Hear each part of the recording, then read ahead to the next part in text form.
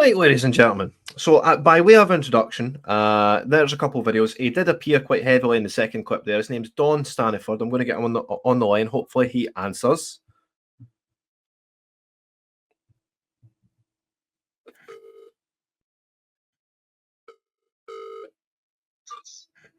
Hi, Niall. Hello, Don. You are live on the Niall Fraser show. We've almost got 500 viewers. So, we've just played the two clips that you featured in and the clip that you posted of the fight at the lock. I mean, it's not very often you see fights at the lock, but if you just give a brief description of who you are, what you do, and then we'll go from there. I'm Don Staniford. I campaign against salmon farms. Salmon farming is a welfare nightmare. It's an environmental pariah. And has there been? Have you had any political interactions with the politicians here in Scotland? Yeah, I'm in my 50s, so I used to brief Robin Harper, the first Green MSP in the Scottish Parliament in the late 90s. There was a petition inquiry in the early 2000s, and in 2018 there was another inquiry, and then just on Friday there was a quite damning parliamentary report raising the issue of mass mortalities on salmon farms in Scotland. So, but sadly the SNP, the Liberals, even the Greens are very supportive of salmon farming, and we're trying to do filming inside salmon farms to tell consumers to show the graphic, horrific images inside salmon farms to force a boycott of Scottish salmon. Has it gotten that bad? We need to boycott Scottish salmon. Well, I think you could see from that first video where the salmon farmer beats the crap out of a concerned neighbour that they have a hell of a lot to hide. I'm subjected to 3 lawsuits from what I call the Sal Mafia. That's the 3 big multinationals who operate in Scotland now. Scottish Sea Farms, Backfrost.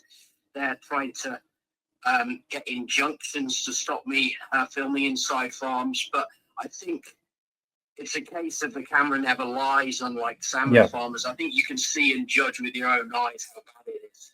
So this altercation that's happened at the lock, this you reckon this is purely down to them being secretive and not being wanting to film, because surely these guys know they're doing wrong here. No, they're doing wrong. This guy, the salmon farmer, at Keynes Fish Farm, that they have a salmon farm in Loch Lake near Oban. He was clearly pissed off that the concerned neighbour was asking questions about the use of toxic chemicals. In this case, it was formaldehyde, which is carcinogenic. So people have very legitimate concerns with the use of toxic chemicals, mass escapes, lice infestation, the impact on wild fish. I think communities across the west coast of Scotland, the Highlands and Islands are very concerned with the expansion of salmon farming.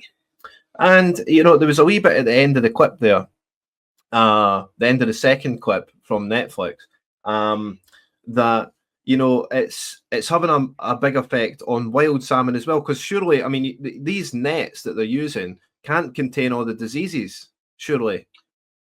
Yeah, salmon farms are like an open sewer. You're discharging waste, you're discharging toxic chemicals, you're discharging pathogens, parasites, infectious diseases. So you're spreading pollution, you're spreading diseases into the wild environment, and wild fish are picking up sea lice, they're picking up infectious diseases. So salmon farming is not a solution to the world's food problem. It's not a solution to the decline in wild fish. It's actually exacerbating our problems.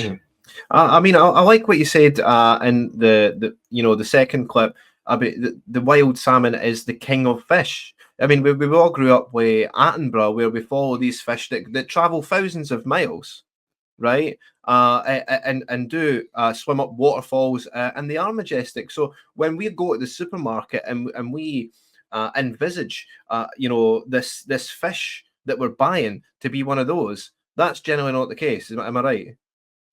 Not now, but when Alex Ferguson, Billy Connolly was working in the Glasgow shipyards, you know, when your grandparents were working on the Clyde, that used to be a majestic wild salmon river. In the factories in the late 1800s, factory workers complained that they were eating wild salmon too much because it was so plentiful. But now we've reached a point where there's no real wild salmon left on the west coast.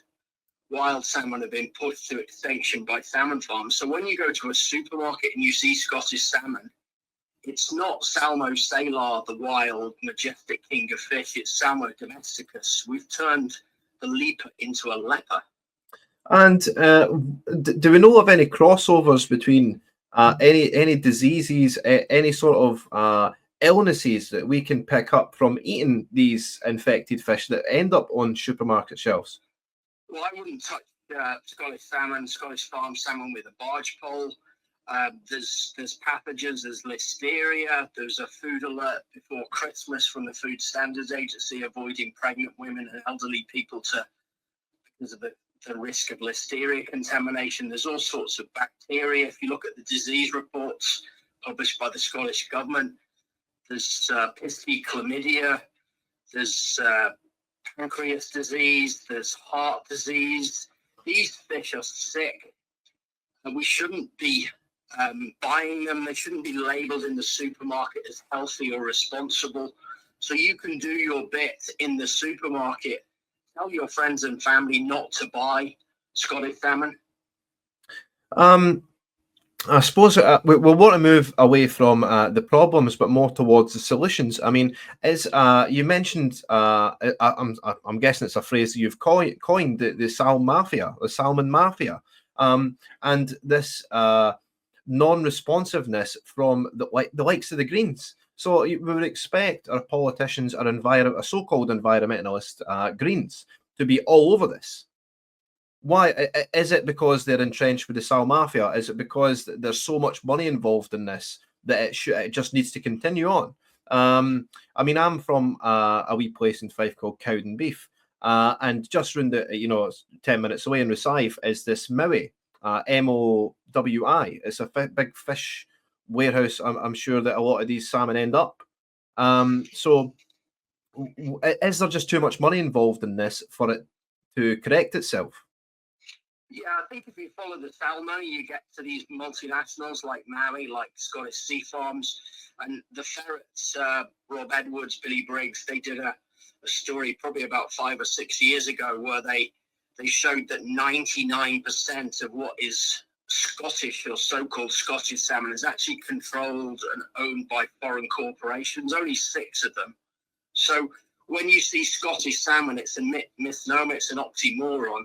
It's actually these predominantly Norwegian companies, Faroese companies as well, profiting at the expense of wild fish and trading on this image, this wild Salmo salar image, the leper image, and getting a premium in the marketplace. And it obviously creates jobs in Scotland, but that's jobs at the expense of lobstermen, of creel fishermen, tourist operators. So it's actually draining the profits out of Scotland. Oh, it's a really sort of hard topic to talk about. I mean, it's what I'm thinking is the overall like impact it has on a loch, like this loch that we've seen the alteration at. What's the name of this loch? There's various lochs in the picture, but it's all the same. If you read the news today, the Daily Express, the Daily Record, there's video footage of the Scotsman of mass mortalities at organic sea farms off the Isle of Skye. You've got, because of rising temperatures, you've got proliferation of algal blooms, jellyfish swarms, so you get mass mortalities. Scotland's becoming too hot to farm salmon. It's a welfare nightmare, and millions of fish are dying each year. So we're polluting Scotland's lochs, and the profit is going to line the pockets of Norwegian multinationals and shareholders in Oslo and Bergen, not in Scotland. Mm-hmm. So, I mean, Scotland's getting hit twice. I mean, we're taking the environmental impact, and we're not even making the profits from it. Yeah, and you can probably say the same with the Scotch whisky industry, with Diageo and the Chinese ownership there.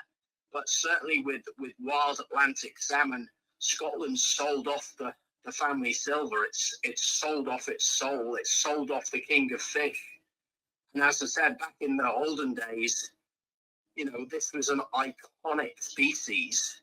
And when people think of Scotland, they think of this leaping athlete up a waterfall. But we've turned this Usain Bolt, this majestic, speedy athlete, into a couch potato with cage salmon farming.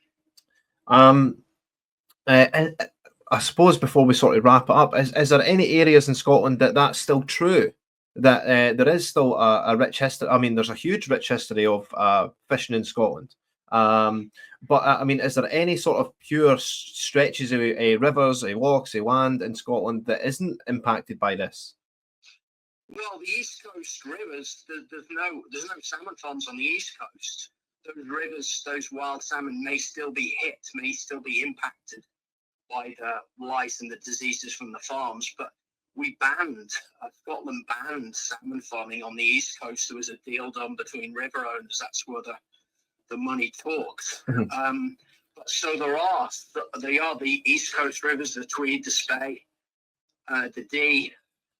But on the West Coast, wild salmon are extinct. Well, I mean, you clearly know your stuff, my friend. What I would sort of ask you now is, if you were the First Minister of Scotland, and this was your prime concern, which I'm sure it is your prime concern, what would you do to correct this issue? Wow, you're probably too young to remember Jack McConnell was the First Minister. Right, no, yeah. His brother worked on the salmon farm for Maui. The First Minister got given gold cufflinks from Gold Salmon Cufflinks. So I think, and then if you look at the First Minister now at Bute House in Charlotte Square, just a couple of doors down, is the owner of the former owner of Baccafrost. He owns a lot of Charlotte Square. So I would tell the First Minister, just close down the industry. We need to protect Scotland's wild heritage, and tell these Norwegian multinationals to fish off. Well, it's a great answer, my friend, and I can't thank you enough for coming on the show. You've been a wealth of knowledge, and I'm sure a lot of my viewers are now well educated as to avoid this salmon picked up at the supermarkets. If you were to eat fish in the supermarkets, where would you recommend, maybe not even the supermarkets, where would you recommend people buy fish and buy salmon that are sort of uncontaminated by this? You've just got to avoid salmon, full stop, period. I think lots of people are going vegan. I just want to make a plug for Peter May's new book, The Black Loch. In that book, and this hopefully is a segue into your next item, he says that, that lovely pink colour of the salmon we buy in the supermarket, it's fake, like Donald Trump and his phony tan. So what farm salmon, that they add artificial dye, pink dye, to the flesh of salmon, just like you go to B&Q and you can pick the pink colour for your toilet.